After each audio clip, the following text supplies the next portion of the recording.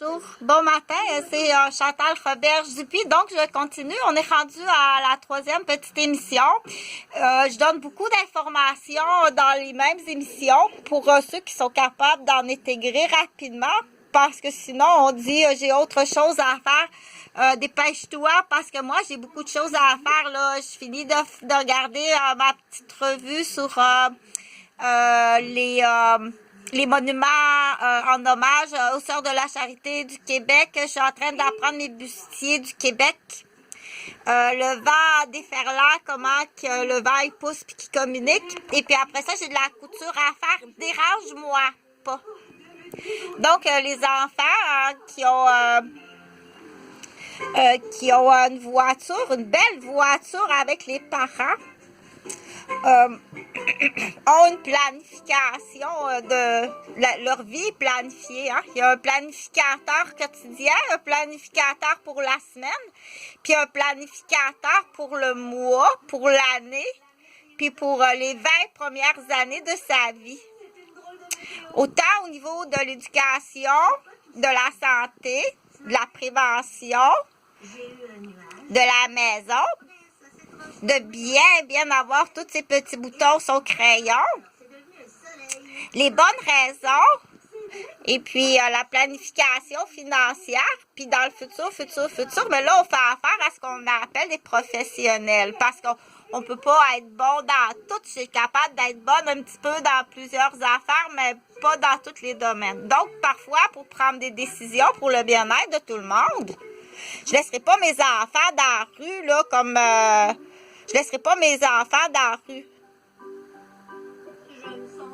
Donc, oui, il y a des personnes qui ont dit, il y a des femmes qui n'ont pas eu le choix d'être un petit peu, prendre de l'avance, qu'on dit. Sinon, ta fille, ça serait retrouvée dans la rue.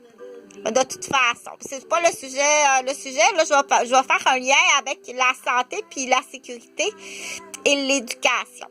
Donc, dans l'histoire là de tantôt, le petit garçon était à l'hôpital ici avec sa petite sœur. On va dire que c'est le petit frère puis la petite sœur. OK? Le petit garçon a tout le temps des problèmes de poumons. Il est de plus en plus malade.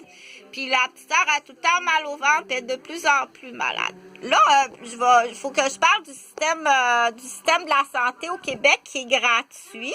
Donc, le système de la santé au Québec, quand tu vas à l'hôpital, c'est gratuit. Par contre, il faut expliquer rapidement là, qu'il y a une retenue. Il y a une retenue sur tes payes quand on est sur le marché du travail, que ce soit même étudiant. Je suis étudiante sur le marché du travail, puis on m'enlève de l'argent sur ma slip de paye. Ou je suis travailleur dans le secteur gouvernemental, je suis infirmière. On m'enlève de l'argent sur ma slip de paye. Veux-tu savoir combien qu'on m'enlève sur ma paye toutes les 2 semaines en tant qu'infirmière? Presque 40%, à peu près, 35-40%.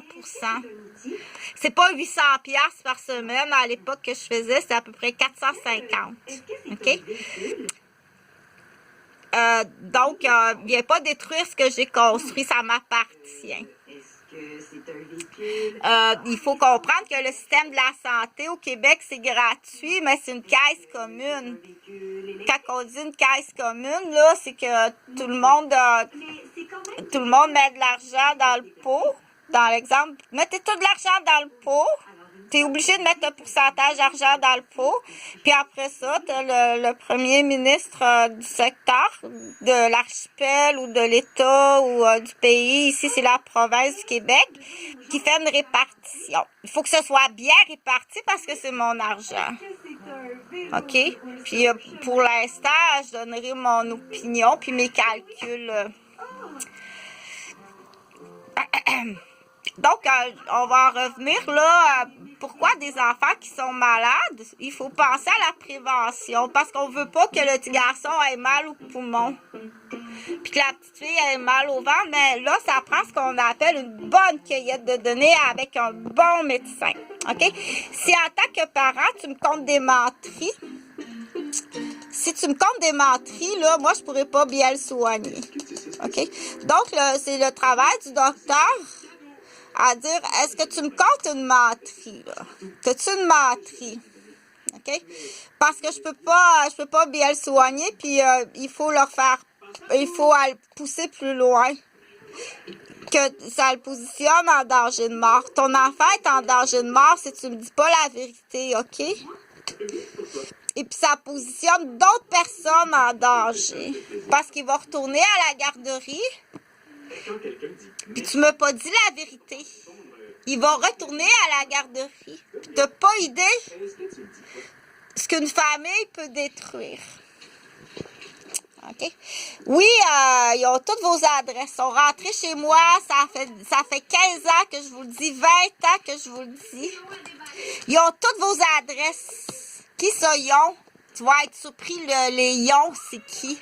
OK? Mais fais bien pitié, pauvre petit garçon, dans la garderie. Fais bien pitié. Fait qu'ils ont toutes vos adresses. Moi, j'aimerais vraiment pas ça. Mais là, on va continuer à dire, tu dois me dire la vérité, OK? Quand le docteur pose des questions, là, tu dois absolument dire la vérité, ou des fois, c'est des infirmières à la cueillette de données. Tu dois tout le temps dire la vérité. Et bien entendu, ça prend du monde qui sont compétents. Là, si le docteur est pas compétent, puis que l'infirmière est pas compétente, ou bien elle a ce qu'il appelle un offre, ou un cheval de Troie qui arrive puis qui lui fait un offre sur l'écran. Ou elle sait pas, il est arrivé quelque chose sur mon écran puis je comprends pas trop là, que ça veut dire par rapport au petit garçon. Là. Il est vraiment arrivé quelque chose sur l'écran puis je comprends pas trop. Puis là, en sortant de sa job, le docteur, il finit de travailler, là, puis